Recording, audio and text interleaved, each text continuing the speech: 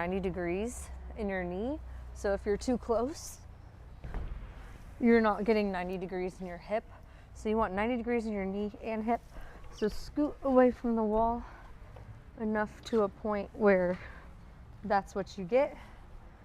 And then you're gonna have the yoga block between your thighs.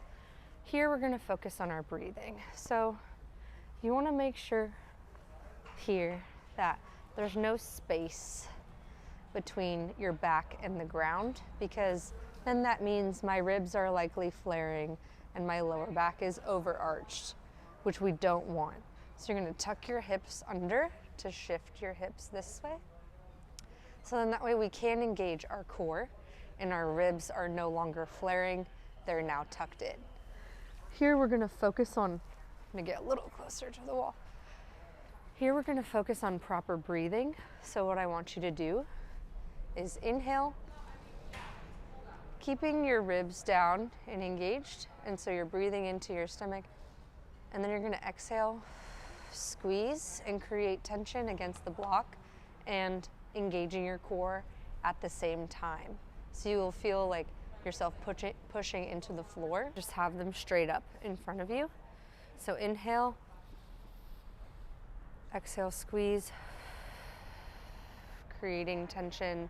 Again, thinking about zipping up from the bottom to the top. So if you're crunching here to engage from this part of your core down, that's where we start to get too much pressure in our lower abdomen and we get that pooch or it sticks out, and it will create other problems for us with our abdominal pressure going down. So that's why we want to zip up from here. So think about like your belly button pulling to the back of your spine, zipping up your core from this point, but you can release as you inhale, exhale, and find that position in your core. Again, creating tension against the block as well.